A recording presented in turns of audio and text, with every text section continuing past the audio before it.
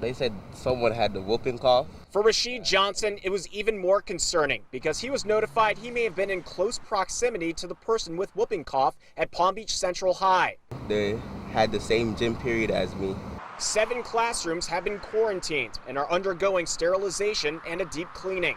The school's principal sent out a robocall to parents. Over the next 21 days, if you observe your child with runny nose, fever, or cough, please contact your doctor. Most healthy older children and adults fully recover from whooping cough, but it's highly contagious and coughing can be severe, with symptoms sometimes lasting for months. According to the school district, most children have been vaccinated against whooping cough.